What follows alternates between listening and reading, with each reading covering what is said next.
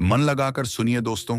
क्या तुम्हें ऐसा महसूस हुआ है कि तुम्हारा दिमाग एक जंगल बन चुका है, जहां हर पेड़ एक सवाल है, हर पत्ता एक डर है और हर हवा की सरसराहट किसी पुराने पछतावे की आवाज है।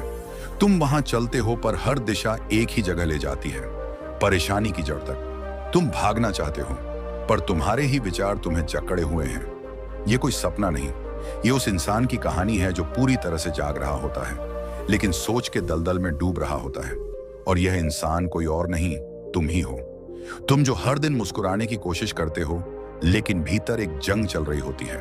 तुम्हारे और तुम्हारे ही दिमाग के बीच ओवर थिंकिंग यह कोई बीमारी नहीं, यह एक अदृश्य ताला है जिसकी चाबी तुम्हारे ही पास है, लेकिन तुम्हें कभी बताया ही नहीं गया कि उस चाबी को कैसे इस्तेमाल करना है। तुम सोचते हो अगर मैं और सोचूंगा तो समझ जाऊंगा, लेकिन हर नया विचार तुम्हें एक कदम और पीछे धकेल देता है।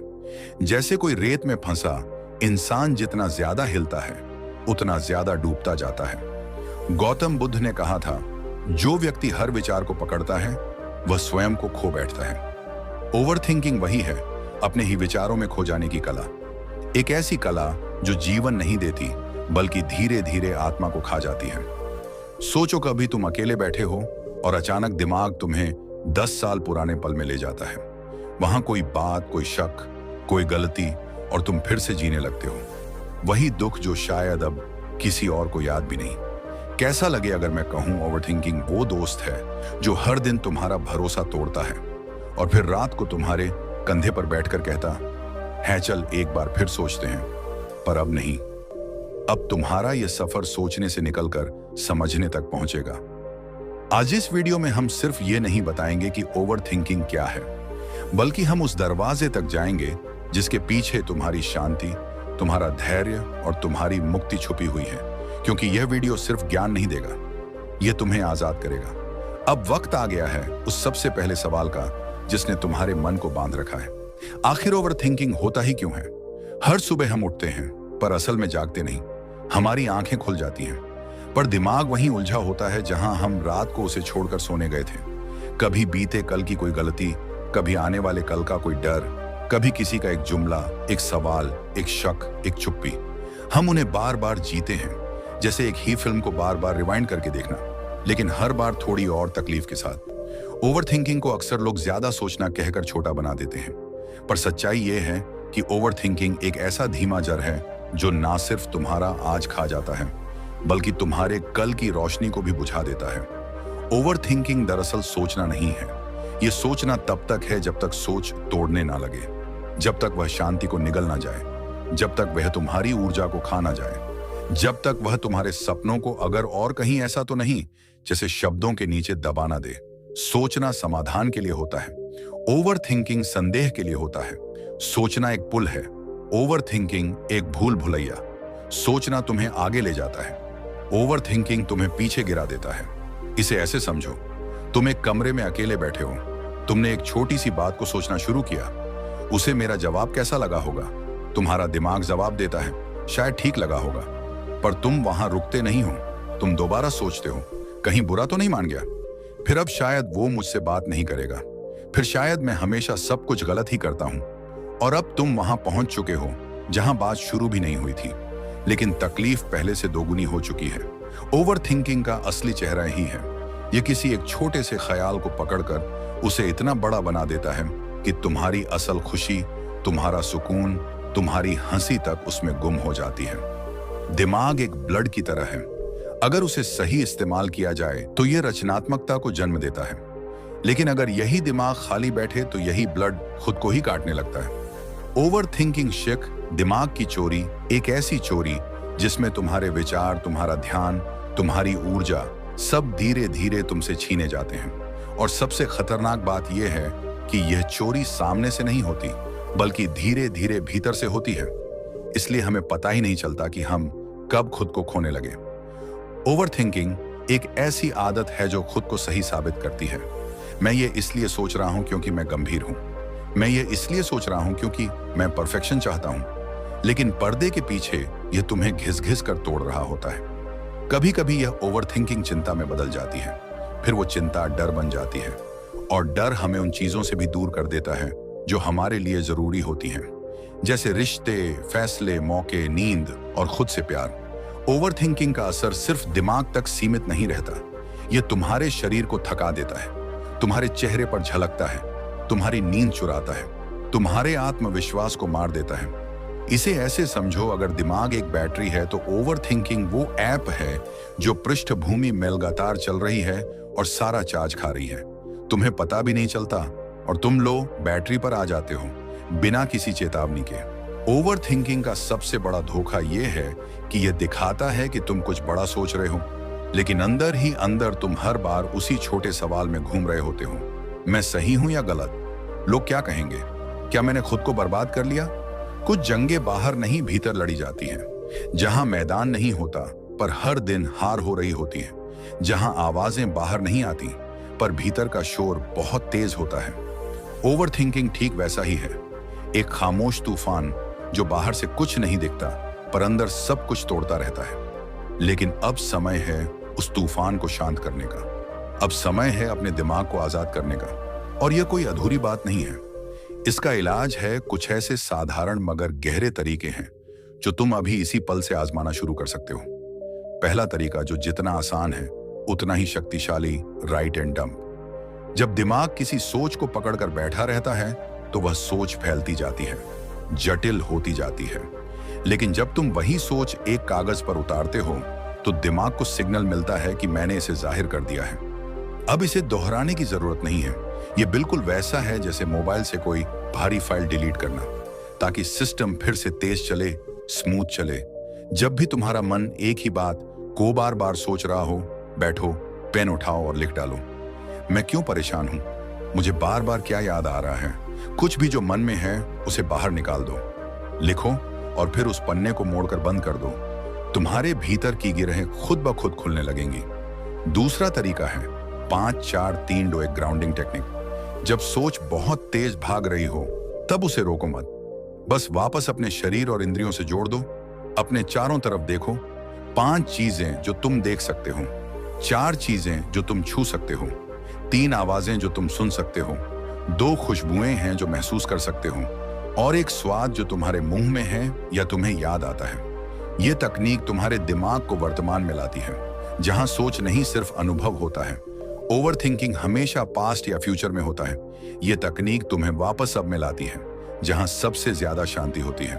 तीसरा तरीका, एक्शन लो चाहे छोटा हो। कभी कभी हम सोचते ही इसलिए रह जाते हैं क्योंकि हम कदम नहीं उठाते।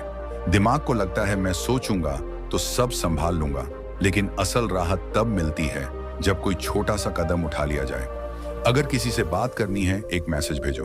अगर कोई काम डर रहा है, एक फाइल खोलो। अगर कुछ ठीक करना है, बस शुरुआत करो। एक छोटा कदम बड़े तूफान को रोक सकता है, क्योंकि ओवर थिंकिंग का सबसे बड़ा दुश्मन है एक्शन। जहां काम शुरू हुआ वहां सोच रुकती है। चौथा तरीका, एक सवाल पूछो, क्या यह बात 5 साल बाद भी मायने रखेगी? जो बात आज तुम्हें चैन नहीं लेने दे रही, क्या वो सच में इतनी बड़ी है? क्या यह वो गलती है जो तुम्हारा भविष्य बिगाड़ देगी? क्या यह वही इंसान है जिसकी राय आने वाले वर्षों में तुम्हारे लिए जरूरी होगी? ज्यादातर बार जवाब होता है नहीं। तो फिर क्यों अपनी आज की नींद, आज की मुस्कान, आज का जीवन उस बात को दे दो जो आने वाले सालों में याद भी नहीं रहेगी। पांचवा तरीका, माइंडफुल ब्रीथिंग। ओवर थिंकिंग का सबसे तेज इलाज सांसों पर ध्यान देना। जब विचार बहुत तेज चल रहे हो, बस बैठो, आंखें बंद करो और अपनी सांसों को महसूस करो। कैसे हवा नाक से अंदर जा रही है, फिर धीरे धीरे बाहर आ रही है। कोई बदलाव नहीं, कोई जबरदस्ती नहीं, सिर्फ देखना और महसूस करना। धीरे धीरे जैसे जैसे ध्यान सांसों पर जाएगा, वैसे वैसे विचार कमजोर पड़ने लगेंगे। दिमाग को जब कुछ अब में महसूस होता है, वह तब के पीछे भागना छोड़ देता है। और आखिरी तरीका, जो बहुत कम लोग अपनाते हैं लेकिन सबसे गहरा असर करता है, ओवर थिंकिंग को नाम दो। जब भी दिमाग में वही सोच दोहराने लगे, उसे पहचानो, उसे नाम दो। अरे फिर वही डर बोल रहा है, अरे फिर वही परफेक्शनिस्ट मुझसे बात कर रहा है, ओह ये तो मेरा सबको खुश करने वाला रूप है। नाम देने से डिस्टेंस बनता है, दिमाग को समझ आता है कि यह मैं नहीं हूं, ये मेरा एक पैटर्न है, और तब तुम उससे अलग हो जाते हो, उसे देख सकते हो, और जब तुम किसी सोच को देख सकते हो, तब तुम उसे बदल भी सकते हो। ओवर थिंकिंग एक आदत है और हर आदत बदली जा सकती है अगर तुम उसे पहचान लो और रोज उसका इलाज करते रहो। याद रखो, ओवर थिंकिंग तुम्हारी पहचान नहीं है, ये बस तुम्हारे दिमाग का पुराना ऑपरेटिंग सिस्टम है जिसे अब अपग्रेड करना जरूरी है। कभी कभी ऐसा लगता है जैसे हमारा दिमाग हमारा दुश्मन बन गया है, जैसे वह हमें बार बार वहीं खींच ले जाता है जहां हम नहीं जाना चाहते। पुराने पन्ने, अधूरे संवाद, अनकही बातें, बिखरे हुए सपने या फिर आने वाले कल की अनगिनत संभावनाएं, जिनमें से ज्यादातर हमें सिर्फ डराती हैं। पर यह सब यूं ही नहीं होता। ओवर थिंकिंग का कोई ऑन ऑफ बटन नहीं होता, ये धीरे धीरे बनता है, एक आदत की तरह। लेकिन उसके पीछे बहुत कुछ होता है जो हम महसूस करते तो हैं पर समझ नहीं पाते। सबसे पहले भविष्य का डर, एक ऐसा डर जो कहता है क्या होगा अगर मेरा प्लान फेल हो गया, तो अगर मैंने यह कहा और सामने वाले ने बुरा मान लिया, तो अगर मैं किसी की नजरों में गिर गया तो। और इस अगर की दुनिया में हम हजारों संभावनाएं जी लेते हैं, हर बार एक नया वर्जन सोचते हैं और हर वर्जन में खुद को हारा हुआ ही पाते हैं। हम भूल जाते हैं कि भविष्य कभी हमारे कंट्रोल में नहीं था, पर हम उसे कंट्रोल करने की कोशिश में आज को खो देते हैं। आज की हंसी, आज की शांति, आज की नींद।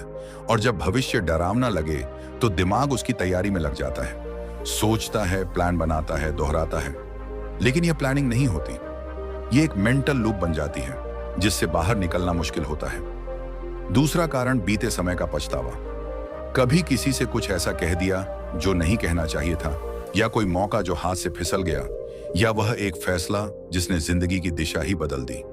दिमाग कहता है काश मैंने ऐसा नहीं किया होता, काश मैं उस वक्त चुप रहता, काश मैं थोड़ा और समझदारी दिखाता।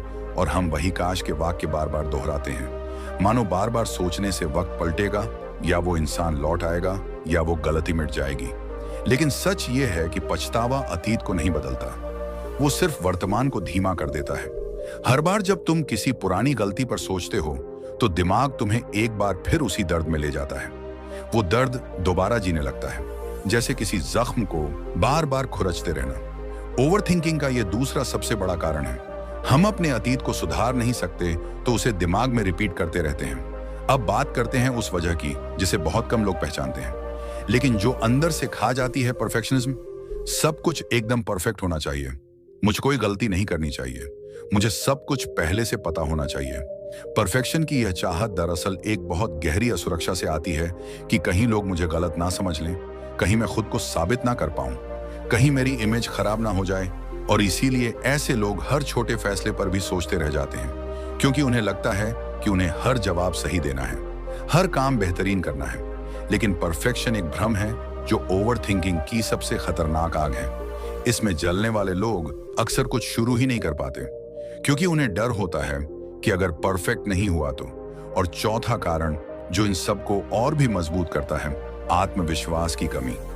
जब आपको खुद पर भरोसा नहीं होता, तब आप दूसरों की सोच, उनकी राय, उनके फैसले पर ज्यादा ध्यान देने लगते हो। आप हर बात पर दोबारा सोचते हो, क्या यह ठीक किया, क्या उन्हें बुरा तो नहीं लगा, क्या मैं योग्य हूं, क्या मैं यह कर पाऊंगा। कॉन्फिडेंस की कमी से आप अपनी सोच के जाल में फंस जाते हो, क्योंकि आपके भीतर एक आवाज होती है जो कहती है शायद मैं उतना अच्छा नहीं हूं, शायद मैं गलत हूं, शायद मुझे और सोचने की जरूरत है। और सोचते सचते आप उस कैद में पहुंच जाते हैं जिसमें दरवाजा खुला होता है, पर आप डर की वजह से बाहर नहीं निकलते।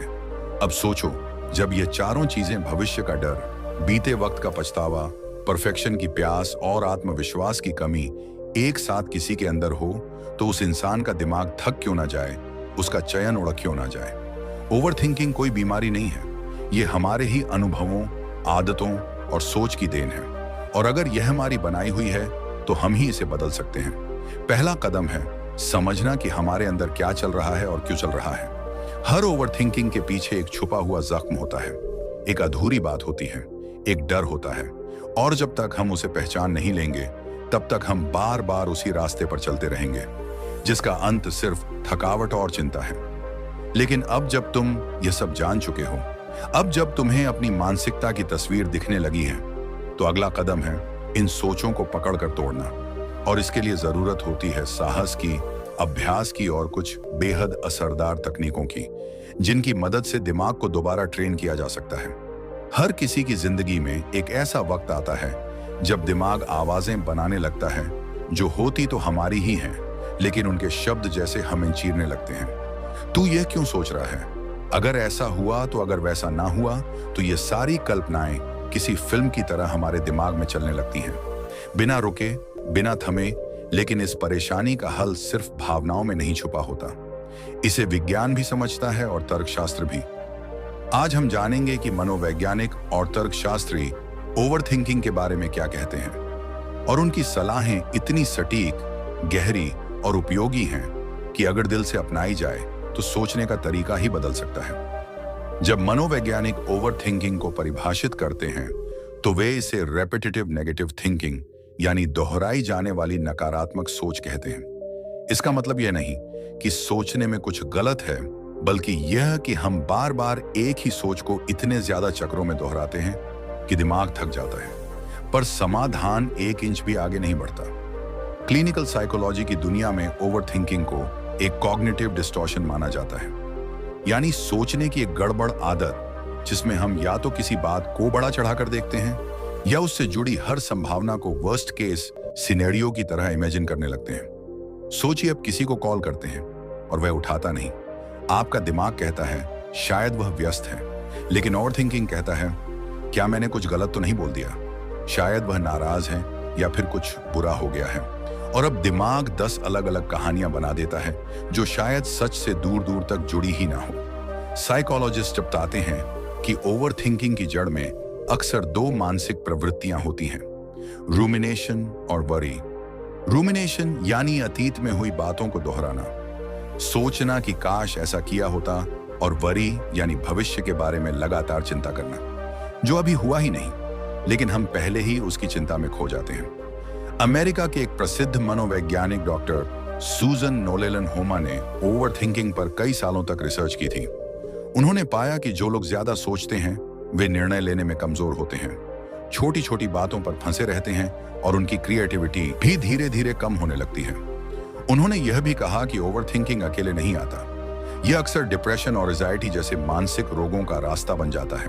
और सबसे जरूरी बात यह, सब जानने के बावजूद कई लोग सोच नहीं रोक पाते क्योंकि उनके अंदर उसके पीछे छिपी मानसिक जड़ें एक्टिव होती हैं। अब तर्कशास्त्र की बात करें तो उसमें एक बेहतरीन सिद्धांत आता है, ओकम्स रेजर। इस सिद्धांत के अनुसार किसी भी समस्या का सबसे सरल और स्पष्ट उत्तर ज्यादातर बार सही होता है, लेकिन ओवरथिंकर उल्टा करता है। वो हर सरल स्थिति में भी कॉम्प्लेक्सिटी ढूंढता है। उसे लगता है अगर चीजें इतनी आसान हैं तो कहीं कुछ छिपा जरूर है। यही आदत उसे थकाने लगती है। कॉग्निटिव बिहेवियरल थेरेपी सीबीटी, जिसे मनोवैज्ञानिकों ने मानसिक इलाज का सबसे असरदार तरीका माना है, यह मानती है कि ओवरथिंकिंग को रोका नहीं जा सकता, लेकिन उसे चैलेंज और रिफ्रेम जरूर किया जा सकता है। सीबीटी कहता है तुम जिस विचार को एब्सोल्यूट ट्रुथ समझ रहे हो, क्या वह वाकई सच है या बस तुम्हारा अनुमान है? जैसे अगर कोई आपको देखकर मुस्कुरा ना पाए तो ओवरथिंकर सोचता है मुझे इग्नोर किया जा रहा है, लेकिन सीबीटी सिखाता है एक कदम पीछे जाओ, सोचो, हो सकता है सामने वाला परेशान हो या जल्दी में हो या सोच में डूबा हो। यानी ओवरथिंकिंग का इलाज है पर्सपेक्टिव्स को समझना और अपने विचारों को चुनौती देना। बिहेवियरल साइंस भी कहती है कि ओवरथिंकिंग दरअसल इनएक्शन का शोर है। जहां एक और एक्शन करने से स्पष्टता आती है, वहीं ज्यादा सोचने से भ्रम। इसलिए तर्कशास्त्री सलाह देते हैं स्टॉप थिंकिंग स्टार्ट डूइंग, क्योंकि हर बार जब आप कोई छोटा एक्शन लेते हैं, चाहे वह किसी को कॉल करना हो या एक काम की शुरुआत, आप अपने दिमाग को यह सिखाते हैं कि डूइंग से क्लैरिटी आती है, थिंकिंग से नहीं। न्यूरोलॉजी यानी मस्तिष्क विज्ञान भी ओवरथिंकिंग पर बहुत कुछ कहता है। ब्रेन का एक हिस्सा होता है एमिग्डाला, जो भावनाओं का केंद्र होता है, खासकर डर और चिंता का। जब हम ओवरथिंक करते हैं, अमिग्डाला हाइपरएक्टिव हो जाता है और हमारा दिमाग खतरे को बार बार रिप्ले करने लगता है, भले वह खतरा असल में हो ही ना। इससे न सिर्फ मानसिक थकान होती है, बल्कि शारीरिक रूप से भी असर दिखता है। नींद उड़ जाती है, भूख कम लगती है, डिसीजन मेकिंग गड़बड़ा जाती है और शरीर में कॉर्टिसोल नामक स्ट्रेस हार्मोन लगातार बनता रहता है, जो लंबे समय में हमारे इम्यून सिस्टम तक को नुकसान पहुंचाता है। एक प्रसिद्ध साइकेट्रिस्ट डॉक्टर जर्सन ब्रवर ने ओवरथिंकिंग को मेंटल हैबिट लूप कहा है, और उनके अनुसार किसी भी आदत को तोड़ने का तरीका है अवेयरनेस और क्यूरियोसिटी। जब आप सोच में फंस जाएं, तो अपने आप से यह सवाल पूछें, अभी मैं क्या सोच रहा हूं? इस सोच का मकसद क्या है?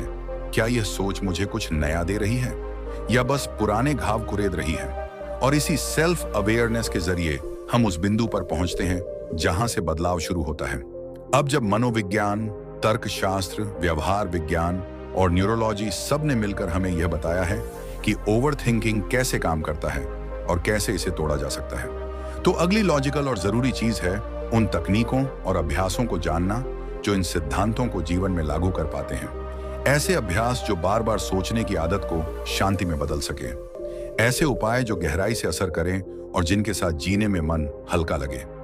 अब हम एक बेहद जरूरी हिस्से पर पहुंचते हैं। ओवरथिंकिंग दिखता कैसा है, महसूस कैसे होता है और सबसे बड़ी बात कैसे पहचानें कि हम भी इसकी गिरफ्त में हैं। इसे जानना बहुत जरूरी है, क्योंकि जब तक हम बीमारी को पहचानेंगे नहीं, इलाज तो दूर की बात है। सबसे पहले बात करते हैं नींद की। एक सीधा सा संकेत, जब आप रात को बिस्तर पर लेटे हो, शरीर थका हुआ हो, आंखें बंद करने की कोशिश कर रही हो, लेकिन दिमाग दौड़ रहा हो, उस पुराने झगड़े की ओर, उस अपूर्ण काम की ओर, उस क्या होगा अगर की ओर। नींद आती है लेकिन टूटती रहती है। कभी सपने भी वही दिखते हैं जो आप दिन भर सोचते रहे, और सुबह उठते हैं तो ऐसा लगता है जैसे सोकर नहीं, लड़कर उठे हों। ओवरथिंकिंग का दूसरा दर्दनाक चेहरा है निर्णय लेने में कठिनाई। छोटी से छोटी चीज, जैसे कौन सी शर्ट पहनूं या किस रूट से ऑफिस जाऊं, उसमें भी दिमाग एक लंबा डिबेट खोल देता है। और जब बड़े फैसलों की बात आती है, करियर, रिश्ते, पैसे, तो दिमाग पंगु बन जाता है। आप सोचते हैं अगर यह किया और गलत हो गया तो, अगर वह नहीं किया और चूक गया तो, और फिर आप कुछ भी नहीं करते। और यही कुछ ना करना ओवरथिंकिंग की सबसे बड़ी जीत है। ओवरथिंकिंग का अगला निशान है बार बार चिंता करना। वो चिंता जो किसी एक विचार से शुरू होती है और फिर उस पर जुड़ते जाते हैं 10 और विचार। जैसे एक ईमेल का जवाब ना मिला तो आपका दिमाग कहता है शायद सामने वाला नाराज है, या शायद मैंने कुछ गलत लिखा, क्या उस मीटिंग में मेरी परफॉर्मेंस ठीक नहीं थी, क्या मुझे नौकरी से निकाल देंगे, अगर ऐसा हुआ तो ईएमआई कैसे भरूंगा। और देखते ही देखते एक ईमेल से शुरू हुआ विचार आपको एक आर्थिक संकट में पहुंचा देता है, वो भी सिर्फ आपकी कल्पना में। इसका अगला पहलू है खुद से बात करना। अब यह बुरी बात नहीं है, खुद से बात करना रिफ्लेक्टिव माइंडसेट का हिस्सा है, लेकिन जब यह बातचीत सवालों से नहीं, दोषों से भरी हो, जैसे तू बेवकूफ है, तूने फिर गड़बड़ की, तेरे बस का कुछ नहीं है, तो यह सेल्फ टॉक नहीं, सेल्फ टॉर्चर बन जाता है। ओवरथिंकिंग में दिमाग एक कोर्टरूम बन जाता है, जहां आप ही जज होते हैं, आप ही अभियुक्त, और हर वक्त फैसला आपके खिलाफ ही आता है। और आखिरी लेकिन सबसे घातक लक्षण है नकारात्मक सोच। एक समय आता है जब आप हर बात में बुराई ही देखते हैं। कोई तारीफ करे, आपको शक होता है, कोई चुप हो, आप मान लेते हैं कि वह नाराज है, कोई मौका मिले, आप सोचते हैं शायद मैं इसके लायक नहीं हूं। आपका दिमाग हर पॉजिटिव बात को नेगेटिव लेंस से देखने लगता है, और यह जड़ धीमे धीमे आपकी ऊर्जा, आत्मविश्वास और विश्वास सब कुछ निगलने लगता है। अब सवाल यह है, क्या यह सब हमारी कल्पना है? क्या हम ओवर रिएक्ट कर रहे हैं, या फिर इसके पीछे कोई वैज्ञानिक सच्चाई है? अब चलते हैं उस हिस्से की ओर जहां साइकोलॉजी और साइंस इस पर अपनी मुहर लगाते हैं। स्टैनफोर्ड यूनिवर्सिटी की एक रिसर्च में पाया गया कि ओवरथिंकिंग से न केवल डिसीजन मेकिंग की क्षमता घटती है, बल्कि क्रिएटिविटी भी खत्म होने लगती है। जो लोग हर चीज में ओवर एनालाइज करते हैं, वह नए विचार लाने की बजाय पुराने घावों में खोए रहते हैं। हार्वर्ड मेडिकल स्कूल की रिपोर्ट कहती है कि ओवरथिंकिंग हमारे दिमाग में कॉर्टिसोल नामक स्ट्रेस हार्मोन को बढ़ा देता है, और यह हार्मोन अगर लगातार बना रहे तो शरीर में थकावट, चिड़चिड़ापन और इम्यूनिटी की कमजोरी पैदा करता है। यानी ओवरथिंकिंग सिर्फ एक मानसिक आदत नहीं है, यह शरीर पर भी वैसा ही असर डालता है जैसा धुएं का असर फेफड़ों पर धीरे धीरे अंदर से खोखला कर देने वाला। Harvard psychologist doctor Ethan cross ने अपने शोध में बताया कि ओवरथिंकिंग दरअसल सेल्फ कंट्रोल के इल्यूजन से आता है। हमें लगता है कि सोचकर हम कंट्रोल में हैं, लेकिन सच्चाई यह है कि बार बार सोचने से हम एक्शन लेना भूल जाते हैं। Think about this. आपने कितनी बार सोचा कल से जिम शुरू करूंगा, अब की बार प्रेजेंटेशन और अच्छे से बनाऊंगा, अब मैं क्लियरली बात करूंगा, लेकिन हर बार सोचने से थक गए और एक्शन कभी नहीं लिया। साइंस कहता है action is the antidote to overthinking, यानी करना सोचना का इलाज है। इसलिए साइकोलॉजी कहती ये awareness is the first step to healing. जब आप पहचान लेते हैं कि आप ओवरथिंकिंग कर रहे हैं, तो आप पहला कदम बढ़ा चुके होते हैं बाहर निकलने की ओर। सोचना बुरा नहीं है, लेकिन जरूरत से ज्यादा सोचना जिंदगी को चुपचाप खा जाता है। हमने बहुत कुछ सोच लिया, किसी के कहे शब्दों को, किसी की एक नजर को, एक गलत फैसले को, एक पुरानी गलती को और उस भविष्य को जो अभी आया ही नहीं।